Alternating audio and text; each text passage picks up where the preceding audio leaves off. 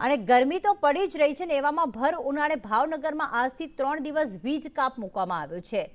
વીજ કાપને લઈને મુખ્ય વિસ્તારોમાં પાણી કાપ પણ રહેશે જ।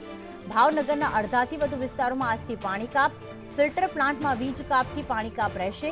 ઉનાળામાં જ વીજ કાપ અને પાણી કાપથી લોકોને હાલાકી પડી શકે છે।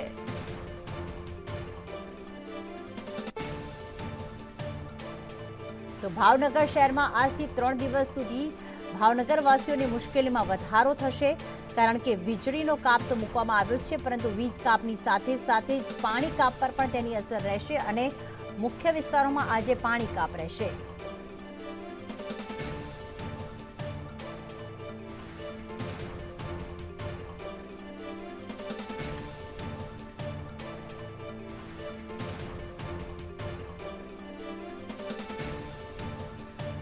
મયુર અમારી સાથે જોડાઈ ગયા છે। મયુર, ભાવનગરના કેટલા એવા મુખ્ય વિસ્તાર છે કે જ્યાં વીજ કાપ અને પાણી કાપ રહેશે?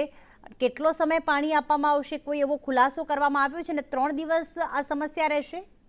જી પ્રીતિ, ચોક્કસથી વાત કરીએ તો ભાવનગર શહેરમાં આજથી 3 દિવસ અલગ અલગ વિસ્તારોમાં વીજ કાપ લાગવામાં આવ્યો છે। એટલે કહી શકાય કે વીજ કાપની સાથે સાથે ભાવનગર શહેરમાં આવતીકાલથી 2 દિવસ મુખ્ય વિસ્તારો જે છે તેમાં પાણી કાપ પણ રહેવાનો છે। કારણ કે કહી શકાય કે જે રીતે ફિલ્ટરનો જે પ્લાન્ટ આવેલો છે તે ફિલ્ટર પ્લાન્ટમાં વીજ કાપ હોવાને કારણે પાણી કાપ છે તે રાખવામાં આવ્યો છે। ત્યારે વીજ કાપને લઈને ભાવનગર શહેરના અડધાથી વધુ વિસ્તારો છે તેમાં પાણી કાપ છે તે કાલથી 2 દિવસ માટે જોવા મળશે। જેમાં શહેરના બહુમાળી ભવન વિસ્તાર જે છે, જેલ રોડ છે, સરકારી વસાહત છે, આનંદવાડી છે, સપ્તેશ્વર પમ્પિંગ સ્ટેશન છે, ન્યૂ ફિલ્ટર છે, કાળુભા રોડ છે, કમિશનરનું નિવાસસ્થાન છે, સહિતના જે મુખ્ય વિસ્તારો આવે છે ત્યાં વીજ કાપ છે કહી શકાય છે વીજ કાપ રાખવાનો છે ને તેના કારણે પાણી કાપની સમસ્યા પણ જોવા મળશે। ત્યારે મહત્વનું કહી શકાય કે જે રીતે ઉનાળાની શરૂઆત થઈ છે ત્યાં વીજ કાપ અને પાણી કાપથી જે મુકાતા લોકોમાં પણ છે તે ભારે મુશ્કેલી વેઠવાનો વારો આવી રહ્યો છે। પ્રીતિ, આભાર મયુર તમામ વિગતો માટે।